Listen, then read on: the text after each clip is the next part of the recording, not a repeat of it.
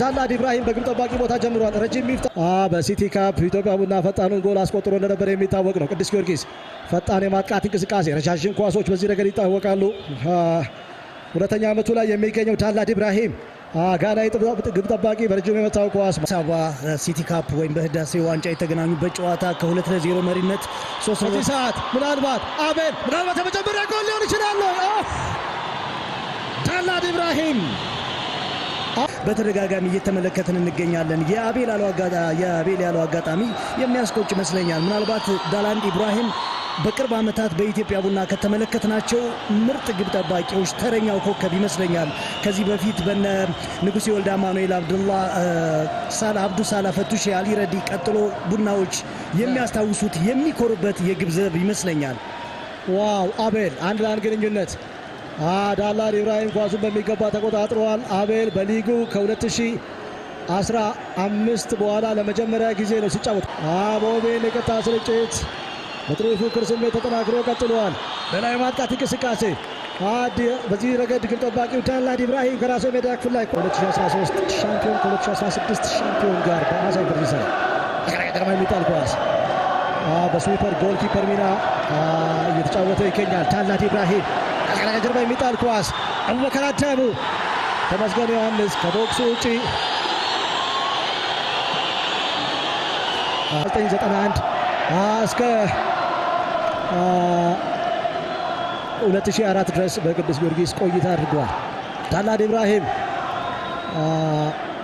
ትንሽ አለመግባባት ተከስቶ ነበር በተከላካዩና በግብ ጠባቂ መስመር በኩል። አቤል ላይ አሁንም ቅጣት ምቶች አሉ። ከማዕዘን የተሻገረውን ኳስ ጥሩ አድርገው ሞክረውት ነበር።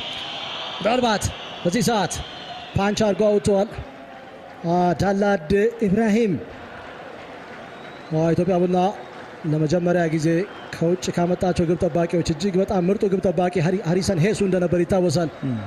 2008 ላይ እዚህ ሜዳ ላይ የፍሬንድሊ ጌም ከወላይታ ዲቻ ጋር ባደረገበት ጨዋታ ብዙ ጭቅጭቅ አስተናግደው ነበር። ከመጀመሩ በፊት የነበረው የሁለቱ ደጋፊዎች ዝማሬ፣ የሁለቱ ደጋፊዎች ጭፈራ አሁን ላይ ጸጥ ብሎ ሊፈጠር ይችል ይሆናል።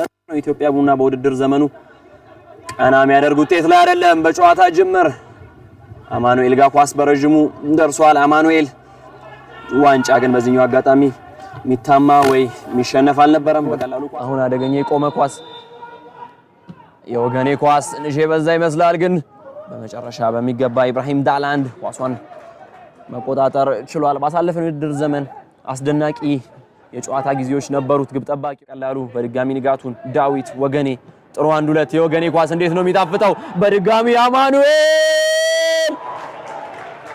አማኑኤል ምን የመራ ይገኛል። ዳዊት አውላቸው ሌላ ረጅም ኳስ አማኑኤል ኤርቦን የፈለገ ኳስ ግብ ጠባቂው ቀድሞ ወጥቷል።